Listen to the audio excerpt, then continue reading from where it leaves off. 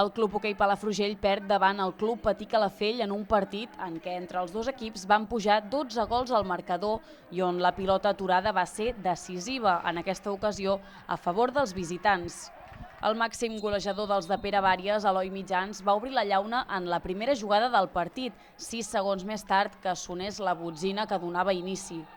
Tot seguit, Turni va marcar el segon dels de Pere Bàries al mateix primer minut.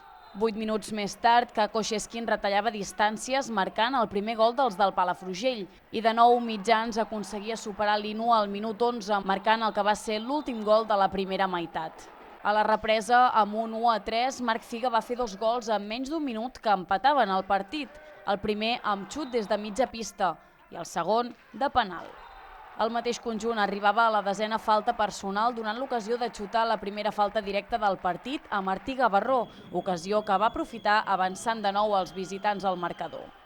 Al minut 6 de la segona part, el Calafell va marcar 2 gols més. Eloi Mitjans va fer el seu tercer de la nit, aquest de penal. Arnau Chaus va ser qui va fer el 6è dels verd i blancs.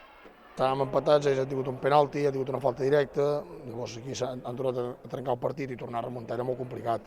Després del 3-3, tant la pilota parada com les ocasions que en teníem, han sigut molt efectius, però la primera part ha sigut més de control nostre i la segona, forçat pel Palafrugell, evidentment, el partit s'ha trencat molt més.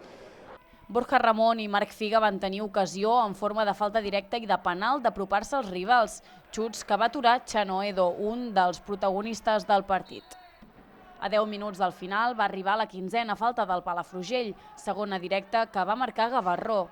Xavi Aldrich va ser l'encarregat de fer el quart gol dels palafrugellencs i de nou anotava Gavarró fent així un hat-trick amb 3 faltes directes i posant l'electrònic amb el 4-8 amb el que va finalitzar el duel. No estic descontent, la veritat, pel joc que hem fet i per l'actitud dels jugadors i perquè hem anat fins al final. Llavors era un partit que, allà va passar això. Allà va passar que a nosaltres ens van entrar 4 pilotes parades directes a dintre i avui ha sigut al revés. Res més que això, a nivell de joc no estic pas descontent.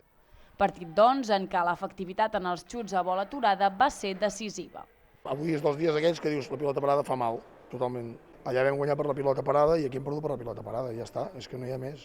Al final, mira, la pilota parada hagués pogut canviar el partit completament, un partit que guanyés 4-8, si l'efectivitat hagués sigut al revés, segurament se l'hagués endut el Palafrugell.